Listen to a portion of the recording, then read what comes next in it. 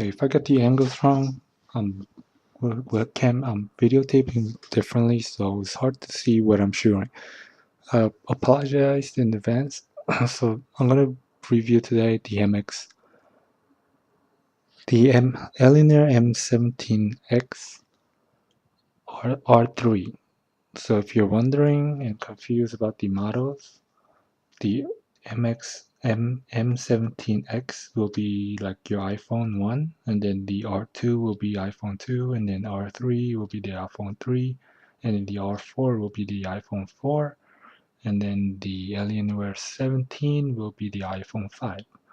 So currently it's 2004, 14, so you could subtract 2 years, so this is the R3. Okay, this is the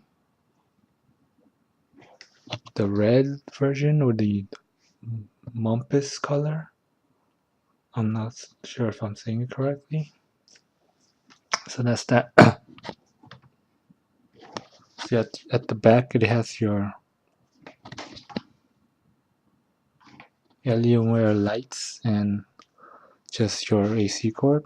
On the side over here it has HDMI and some kind of port over here. Two USB 3.0, one DVD, one disk drive, and SD slot over here at the top. I prefer the manual disk drive though, because there's no guarantee that this will open the buttons over here. For instance, what happens if your computer doesn't work and then you have to take this out? You gotta do some stuff with it. On the front it has your speakers, and these are lights too.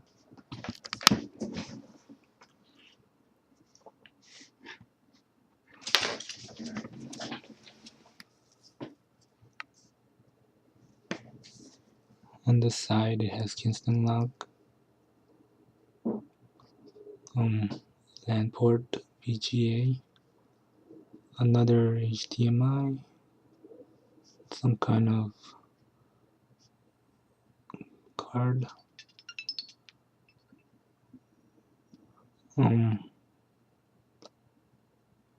USB, microphone, headphone. Okay, your linear power, and these controls over here at the top. These aren't chiclets, these are just regular laptop keyboard, but designed like a chiclet. Like these are chiclets, and these are chiclet like. It's not chiclet. If you say chiclet, it's not chiclet.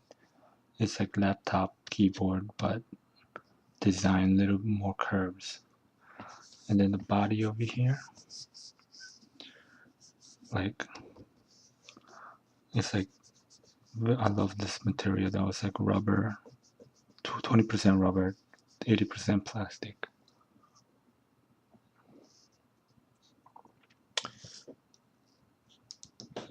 So that's how you turn it on. So for like quick specs, it has the i7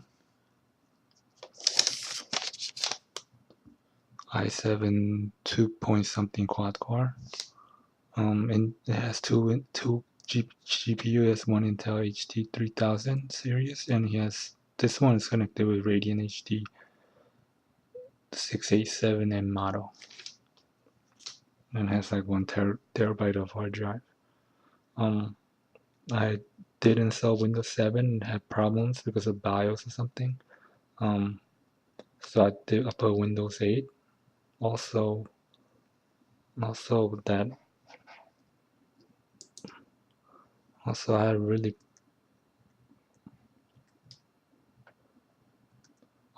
had a problem like going back and forth with drivers on Windows 8.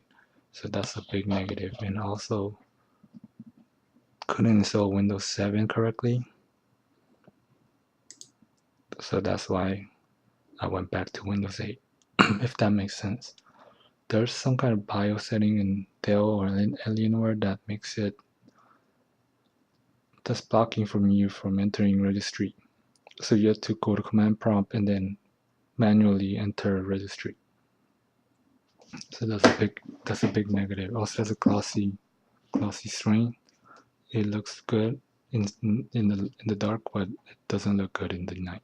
I mean in the daytime. Now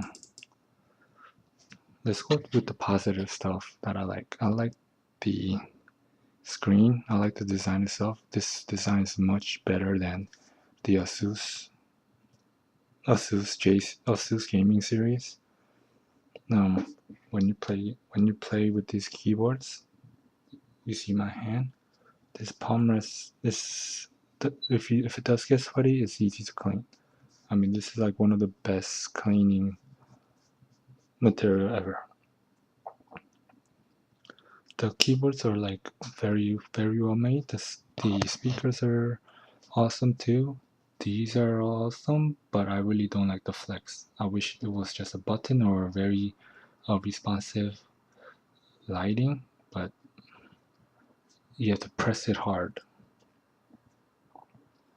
I also like the body and the design, and that's basically what I like about it. Of course, I like the lights. If you prefer to game and have your hands on like this, make sure you turn this off because you don't want water and electricity to mess around. This thing do go on. I just turned it off. See the lights.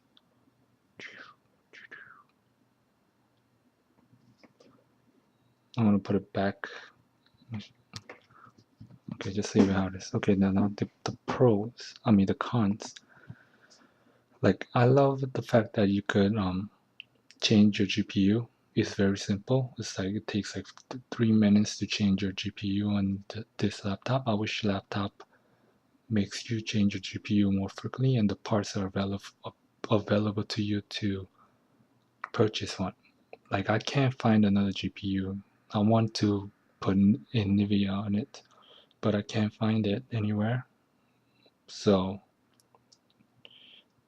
that's like good and bad. Like I love the fact that I could upgrade the GPU on this model, but I hate the fact that I cannot find the laptop GPU. And it's very easy to install, so that's good. I hate the fact that almost Alienware GPUs don't last very long. So that's been like a very patternish because I don't know why that's the case. So that's the thing you must look out for, that your GPU might have some problems, your Radeon or your NVIDIA. But I love the fact that you could change it, but I hate the fact that you cannot find any parts to change it with easily. So your CPU also, I think you could change it, but I don't know. I love the fact that the grills and the venting are very good. I didn't hear a fan kicking oftenly, but that's whatever. Another bad part about this laptop is it's overpriced, I think. I mean, it shouldn't be around 2000 when it first came out. It should be around 1400. I'm just saying because it's not lasting. I mean, if it's 2000, it should last longer than the simple 900 laptop. I mean, why the hell you gonna have GPU problems when you're paying 2000 for it? So that's a big negative. I really don't like how Dell or Alienware makes it harder for you to install Windows. Like this is the only laptop or the only operating system, I mean only BIOS that I have problem with installing Windows 7. Like every other laptop or desktop There was no problem. Only freaking Alienware or Dell. I mean, what the fuck did they do to the BIOS? There's something wrong there. That's some kind of overriding system. So it's hard for me to install. So Windows 8 installs correctly because there's drivers or something. However, some drivers doesn't work for Windows 8 and it's having problems. Um, other than the fact, other than the fact that this laptop looks very freaking awesome, like this design is better than the Asus.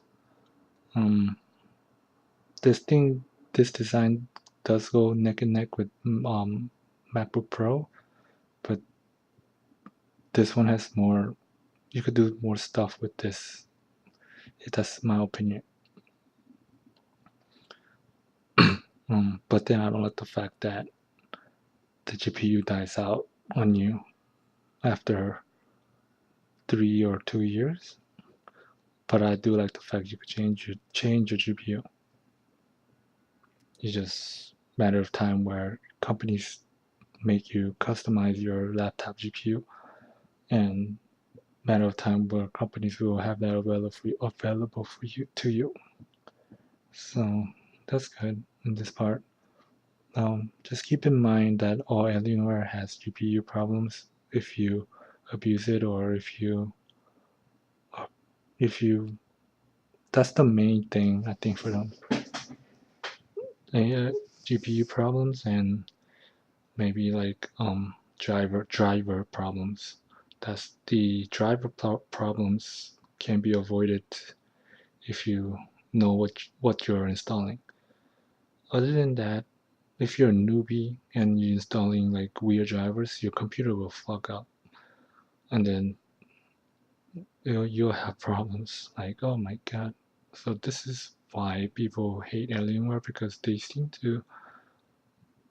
to like put limits to what you could do compared to your other PCs. It's not. There's something fucked up in the BIOS where it's limiting you to install Windows 7 correctly. Come on, what the fuck is that? What are you doing? I can't. The only computer that I have problem installing Windows 7. Come the fuck on. So those three, you have problems installing Windows 7. You gotta install it manually when you're registering, starting up for it. Number two is the GPU problem, and number three is that you gotta install drivers correctly to have it working correctly. So that's your only three beef with Alienware and Dell laptop. Judging from this experience, I might not even get Alienware or Dell products, but if this computer seems to grow on me, I might invest in another one. Other than that, I think the Razer Blade and the Auroras by Gigabytes and Alienware are the three best high-class gaming laptops right now. And you could slash away Alienware now, so there's only two more left: Auroras and Razer Blade. So those are the two other options that you could look into. But if you know what you're doing and know how to take care of your GPU, then try investing on Alienware and then see for yourself. So thanks for watching, and I hope my opinion did help you find the correct laptop, and please make it available to change laptop GPU more easily, the parts. And thank you and goodbye.